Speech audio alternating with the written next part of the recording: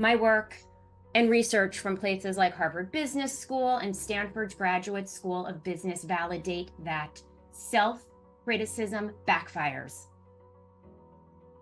And professionals today share levels of self-criticism that lead to, you ready? Overwhelm, burnout, decreased motivation, and sometimes even procrastination. In fact, self-criticism shifts our brain into a state of inhibition, which keeps us from accessing the higher wisdom inside of us and taking the best action that you need to in order to reach your goals.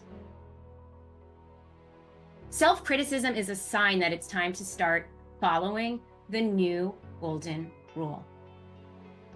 You see, the rule is key to sustaining mental health. Treating yourself the way you want others to treat you is where it all begins.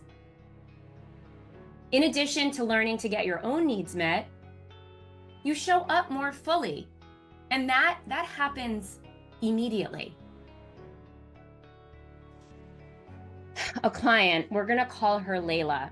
She showed up to a coaching session and she was so stressed and frustrated.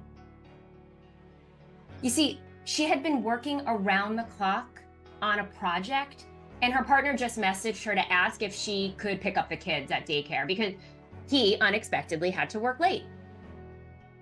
Layla spent a few minutes in our session complaining until I interrupted her to remind her of something that we had actually talked about just a few weeks before. This is important. Beneath every complaint is an unmet need. And beneath every unmet need is a request. So once you're clear on your need, you can make a request.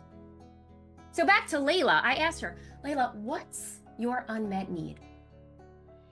And it took her a few moments to really connect. And she said, honestly, I need help. Yes, I shook my head. So Layla had found herself in a similar situation just a few weeks before, needing help, but being resistant to asking. Because you see, somewhere inside, Layla had formed a belief that asking for help is a form of weakness.